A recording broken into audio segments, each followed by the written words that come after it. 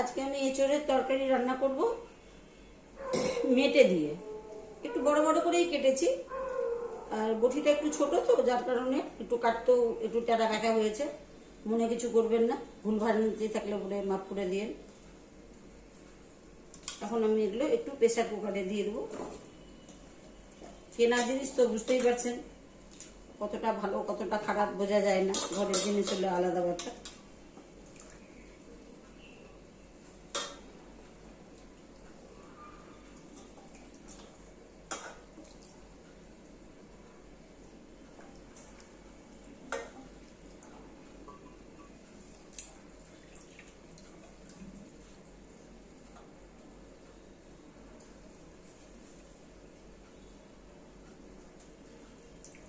এই বিচিগুলো খেতে খুব ভালো লাগবে, একদম কচি বিচি। দেখ,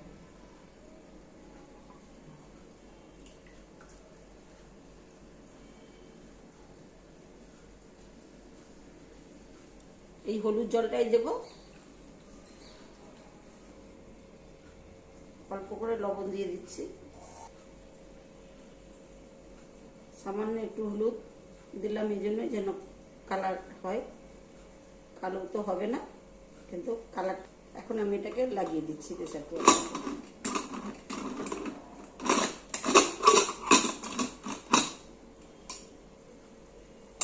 একটা সিটি দেব, গ্যাসের মধ্যে বসিয়ে দিলাম।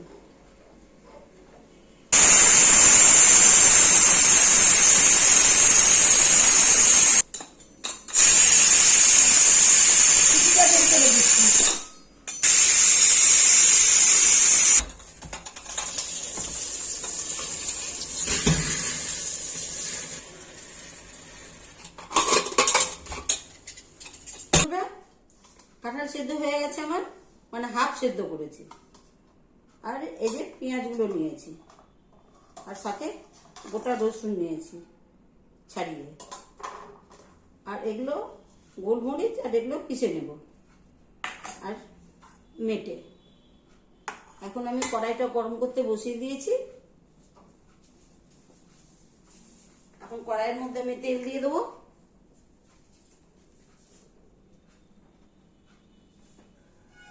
কেননা কাঁঠালের তরকারি খেতে গেলে মেটে দিয়ে তেল একটু দিতেই লাগবে।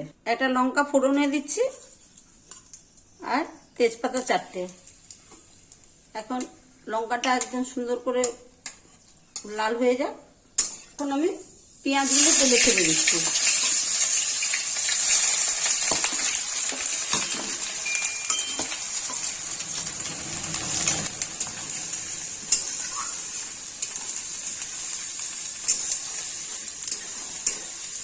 পেঁয়াজটা খুব সুন্দর করে ভাজা ভাজা হবে, তারপরে মশলা দেব।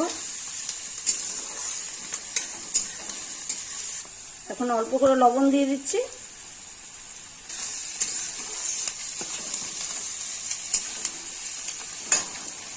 দিচ্ছি, পেঁয়াজের কালারটা সুন্দর হবে।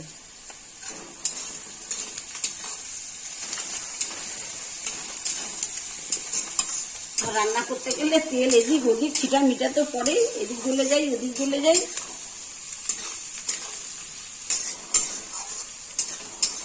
কতই সামনে রান্না করি না কেন, একটু না একটু পরে। আর খেতে গেলে আর কি করা যাবে।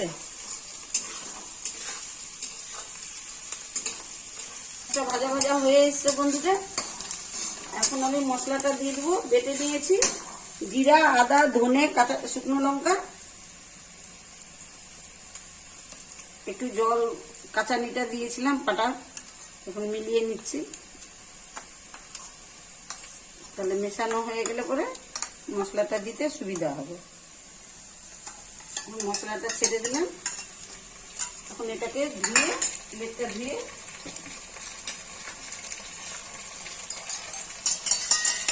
দিয়ে দিলাম।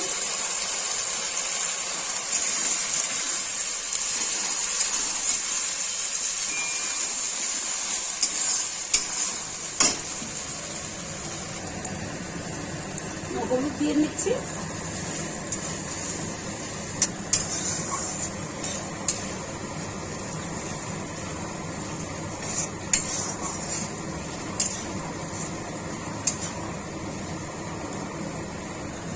যে গোলমরিচ আর রসুন মিলে গেল। এখন এগুলো পিষে নেব।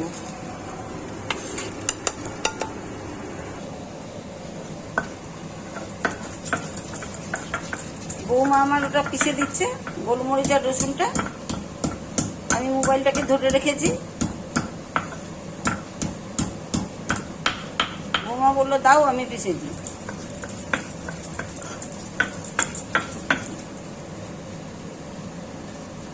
আমি বললাম ঠিক আছে, তাহলে পেশো। আমাদের একটা যে ছোট্ট শিল্পাটা খুব সুন্দর।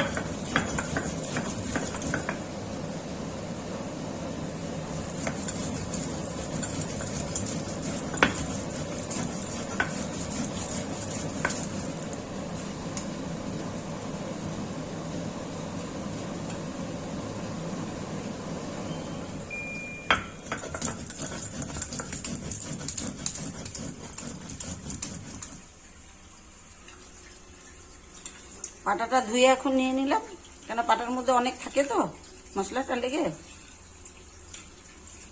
জিনিস নষ্ট করতে নেই।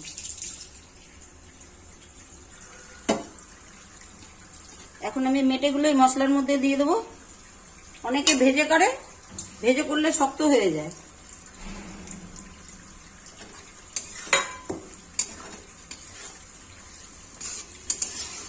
কারা কারা এইভাবে দিয়ে করেন অবশ্যই কমেন্টে জানাবেন। আর কে কোথা থেকে কমেন্ট করেন আপনারা একটু জায়গাটার নাম বললে খুব ভালো হয়।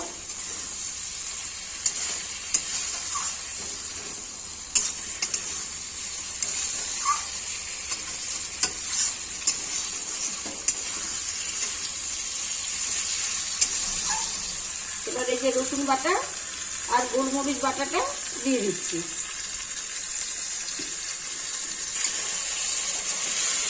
এখন আস্তে আস্তে সুন্দর করে কষিয়ে নিতে হবে।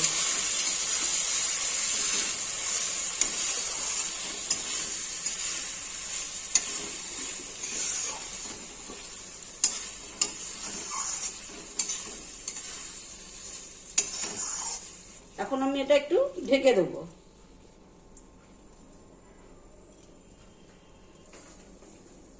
এখন আমি একটু ঢেকে দিচ্ছি। হ্যালো বন্ধুরা, দেখেন ঢেকে দিয়েছিলাম, আপনাদের বলেছিলাম যে ঢেকে দিয়েছি। আমি তো আবার সারা সিজন কাজ করতে বড় অসুবিধা লাগে, মানে ভয় করে।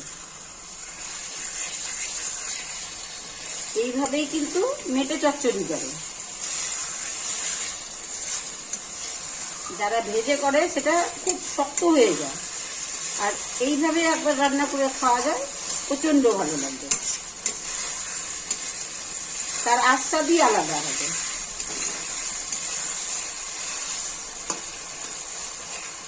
এই যে একদম সিদ্ধ হয়ে গেল।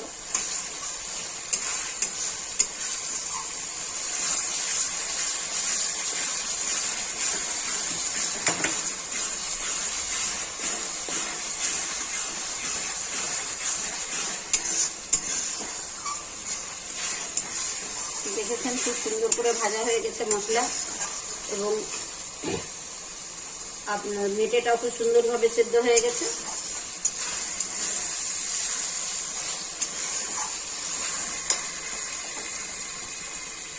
এখন আমি কাঁঠালগুলো এর মধ্যে দিয়ে দেবো।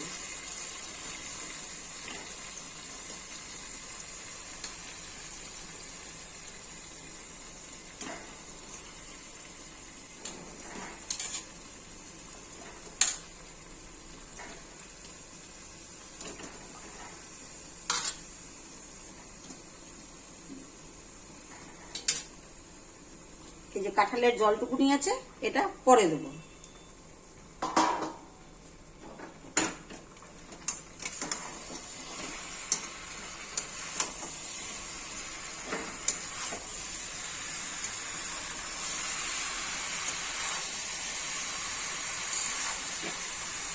কাঁঠালটা তাই সেটা এঁচড় হয়ে গেল। সেটা যদি একটু ছোট হয় তাহলে আরো বেশি ভালো হয় এঁচড়টা।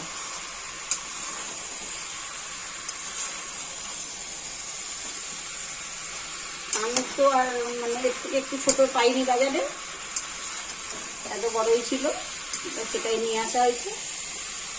আমার ছেলে বললো যে একটু বড় বড় করেই কেটো, ভালো লাগবে খেতে।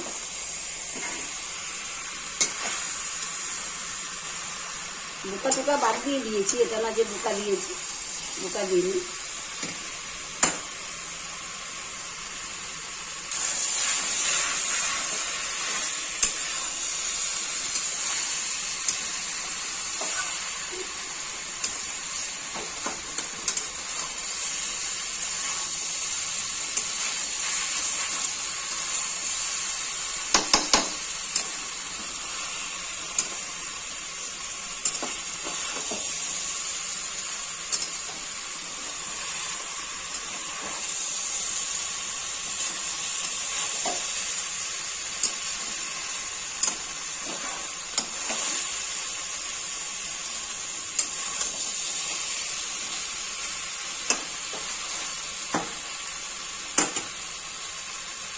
হ্যালো বন্ধুরা, দেখুন খুব সুন্দর করে ভাজা হয়ে গেছে।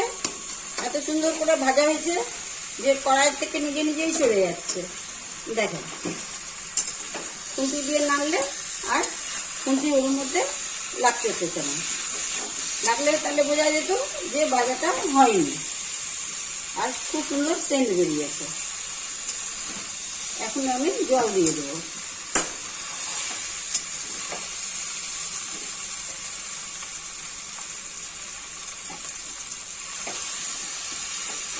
একদম আমি জলটা মধ্যেখানে দেবো, ব্যাস আর দেবো না। এখন আমি ঢেকে দেবো। দেখেন, মাঝখানে জলটা দিয়েছিলাম, যেহেতু জলটা আমার কাঁচা ছিল, যার কারণে মাঝখানে দিয়েছিলাম।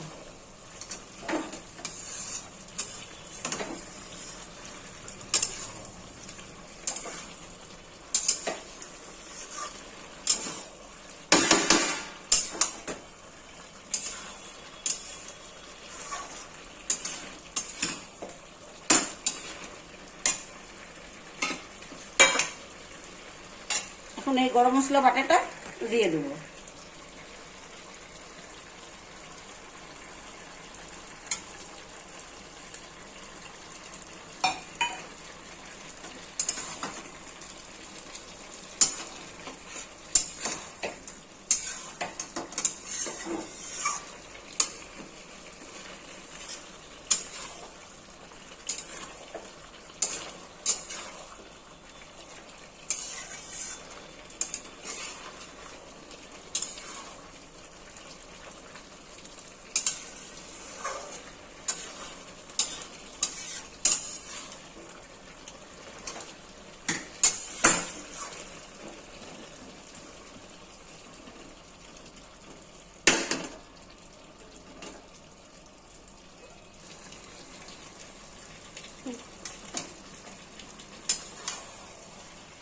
হ্যালো বন্ধুরা, আমার কাঁঠাল রান্না করা হয়ে গেছে,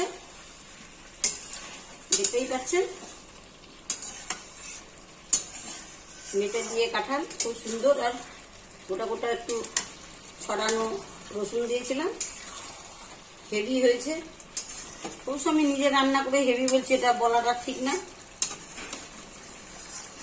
আপনারা এইভাবে একবার করে দেখবেন কেমন লাগছে খেতে।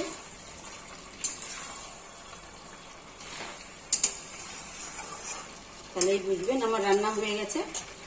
এখন আমি এটা নামিয়ে দিচ্ছি, গ্যাসটা নিভিয়ে দিচ্ছি। ঠিক আছে বন্ধুরা,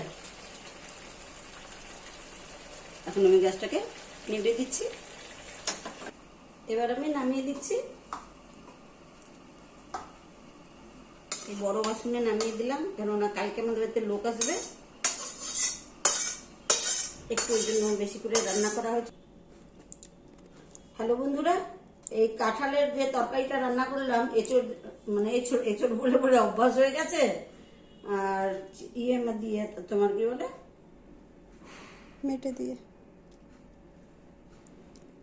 মেটে দিয়ে যে রান্না করলাম, আর কতগুলি রসুন ছড়িয়ে দিয়েছিলাম গোটা গোটা,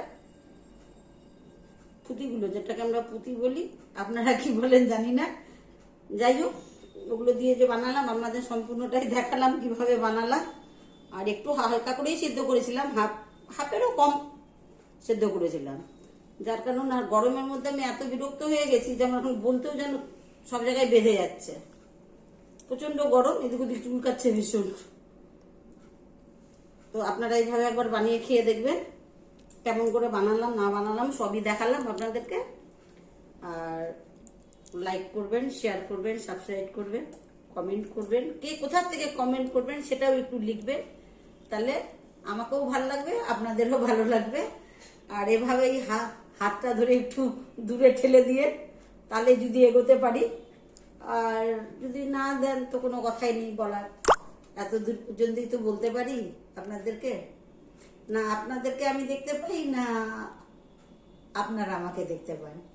রান্নার মাধ্যমেই আপনাদেরকে আমি যা কথাগুলো বলতেছি প্রত্যেককে বলতেছি, ছোট বড় প্রত্যেককে, মাসিমা কাকিমা জেঠিমা এবং ভাই বোনদেরও বলতেছি, প্রত্যেককেই বলতেছি, কাকা কাকিদেরও বলতেছি, দাদু দিদা, হ্যাঁ ঠাকুমা দিদিমা, আপনারা সবাই, ঠাকুমার মা বাবা, হ্যাঁ যাই হোক আপনারা সবাই মিলে আমাকে একটু সাহায্য করবেন যে কিভাবে আমি রান্না করছি না করছি। আপনারা একবার রান্না করে খাবেন, তাহলেই বুঝতে পারবেন যে রান্নাটা আমি কেমন করলাম না করলাম। আমি খেয়ে যদি বলি যে খুব ভালো রান্না করেছি, আপনাদের কাছে তো নাও ভালো লাগতে পারে।